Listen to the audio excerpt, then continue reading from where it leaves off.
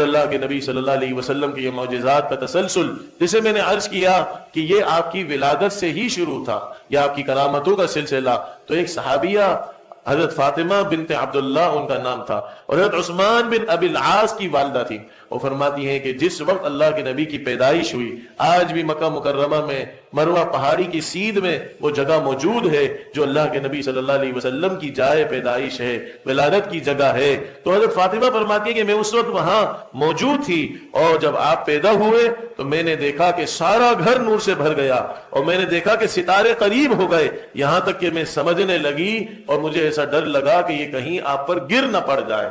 تو چاند اور ستارے تک اللہ کے نبی صلی اللہ علیہ وسلم کی پیدائش پر حرکت میں آ رہے ہیں، اور یہ جھک کر گویا ایک عملی نمونہ پیش کر رہے ہیں کہ اگر کوئی حکم ہو اللہ کے بعد یا رسول اللہ آپ کا، تو ہم بھی حاضر ہیں.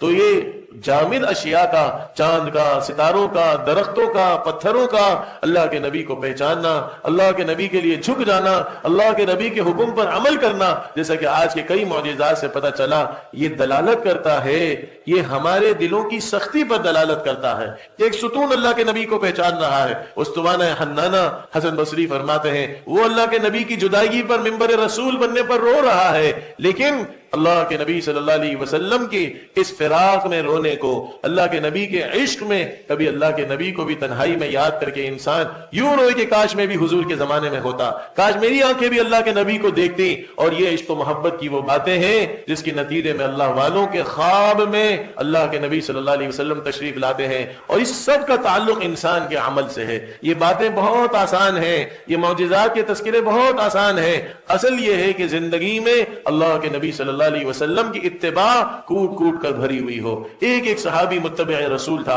ایک ایک صحابی اللہ کے نبی کے عشق و محبت میں غرق ہونے کا دعویٰ ہی نہیں کرتا تھا، عمل سے اللہ کے نبی کا سچا عاشق تھا، جبھی وہ ستارہ بن گیا. اللہ کے نبی فرما رہے ہیں اصحابی کالنجوم، میرے سارے صحابہ ستاروں کی مانند ہیں. بأیہم اقتدیتم اہتدیتم، کسی ایک کے نقش قدم پر چل لو کامیاب ہو جاؤ گے. تو آج جو ساری دنیا میں ستارہ جو ہوتا ہے وہ بہت بلند ہوتا ہے، اور ستارے کو لوگ عزت کی نگاہ سے دیکھتے ہیں. آج ہم بھی اگر ستارہ بننا چاہتے ہیں، دنیا بھر میں مسلمان عزیز ہونا چاہتے ہیں، عزت والی زندگی گزارنا چاہتے ہیں، تو اللہ کے نبی کی سچی اتباع اور آپ کا سچا عشق و محبت ہی واحد ایسی چیز ہے جو پھر سے مسلمانوں کو عزت اور عظمت اور دنیا میں فتح اور غلبہ اور نصرت عطا کر سکتی ہے. اللہ اپنے فضل سے ہم سب کو اللہ کے نبی صلی اللہ علیہ وسلم کا سچا عاشق بنائے، ہماری نسلوں کو بنائے، قیامت تک ہر مسلمان کو اتباع سنت والی زندگی گزارنے کی توفیق نصیب فرمائے. وآخر دعوانا الحمدللہ رب العالمین.